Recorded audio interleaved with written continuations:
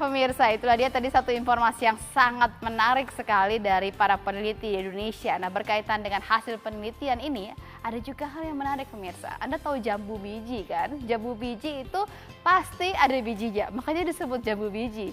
Tapi ini hasil satu proses rekayasa genetika jambu biji yang bisa dibuat tanpa biji. Inilah yang kemudian dilakukan oleh Institut Pertanian Bogor, di mana bibit jambu kristal Taiwan dikembangkan dengan satu teknik okulasi, yaitu menempelkan bibit pohon jambu kristal dengan bibit tanaman jambu biji lokal, dan hasilnya jambu biji tanpa biji. Ini dia liputannya.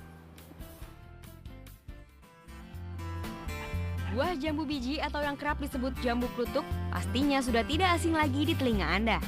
Selain rasanya yang enak, tanaman tropis asal Brazil ini juga terkenal dengan kandungan vitamin C-nya yang tinggi dan bermanfaat bagi kesehatan tubuh.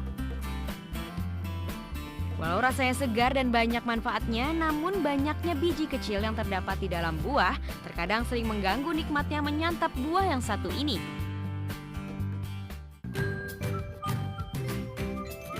Nah, di Bogor, Jawa Barat, ada sebuah perkebunan yang membudidayakan jambu biji yang nyaris tanpa biji di dalamnya yang disebut buah jambu kristal.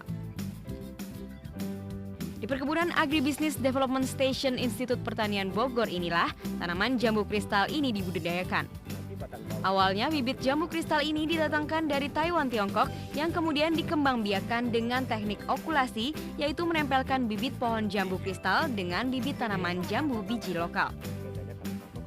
Dari Taiwan itu dibawa interest jambu kristal dan mutiara.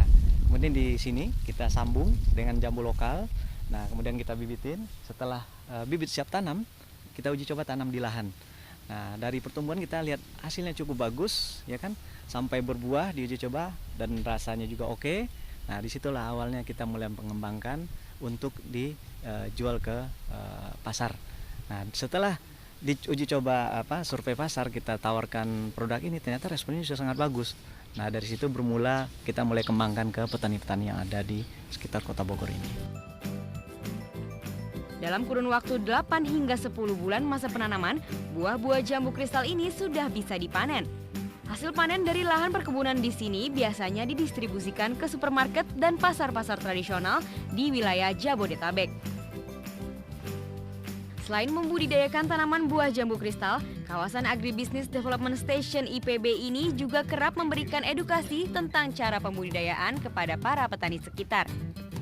Bahkan tak jarang petani-petani dari luar Jawa Barat pun ikut berdatangan untuk belajar budidaya jambu kristal ini. Dari luar mungkin bentuk jambu kristal ini tidak semulus dan juga tidak sebesar ukuran jambu klutuk pada umumnya.